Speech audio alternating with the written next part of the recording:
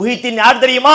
அவர் எப்பேற்பட்ட மகான்? அகில உலகத்தினுடைய அவுலியாக்களுடைய தலைவர் யாராம்? முஹித்தீன் அப்துல் காதர் ஜீலானி. அவரை புகழ்ந்து பாடுறதுக்காக ரபியுல் ஆகிர் மாதத்திலே ஒரு மௌலிது வச்சிருக்காங்க. அதுக்கு பேர் என்ன தெரியுமா? முஹித்தீன் மௌலிது. பள்ளிவாசல்கள்ல ஓதுவாங்க. ஒருத்தருக்கு அர்த்தம் தெரியாது. அதுல வரக்கூடிய அர்த்தங்களை பார்த்தால் சுபஹான மௌலிதெல்லாம் பரவாயில்லை. சுபஹான மௌலிதுல நபிகள் நாயகத்தை அல்லாஹ்வுக்கு ஈக்குவல் ஆக்குறாங்கன்னு சொன்னமே, அதையெல்லாம் தாண்டி முஹித்தீனை கொண்டு போய் அல்லாஹ் அளவுக்கு வைக்கிறாங்க. அதுல பாருங்களேன், இதுகும் மகுர்ரத்து சியாம் காலத்துலகும் தாத்துல் ஃபிதாம் லம் யல்கமில் யௌம குலாம் சதியன் லஹா அஹ்லல் முராத். இப்படிதான் ஓதுவாங்க பள்ளிகள்ல. இது ட்ரெடிஷனலான டியூன். இதுக்கு என்ன அர்த்தம் தெரியுமா? அதாவது ஷாபானுடைய 29வது நாள், நோன்புக்கு பிற பாப்போம்ல, அந்த நாளிலே மேகம் பிறையை மறைத்து விட்டது.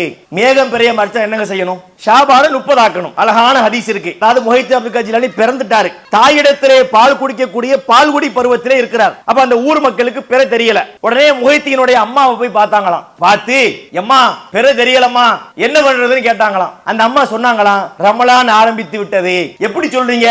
என்னுடைய மகன் முஹித்தீன் இன்னைக்கு பால் குடிக்கல, இந்த குழந்தை பால் குடிக்கலையாம், அதனால ரமலான் நோன்பு வச்சாராம். ரமலான் ஆரம்பித்து விட்டதாம். முதல்ல இந்த குழந்தைக்கு நோன்பு கடமையா? 2 வயசுக்கு உட்பட்ட குழந்தை தானே பால்குடி பருவத்தில் இருக்கும். அந்த 2 வயசுக்கு உட்பட்ட குழந்தைக்கு ரமலான் என்னன்னு தெரியுமா? நோன்பு என்னன்னு தெரியுமா? அதுல ஒரு கதை விடுறாங்க.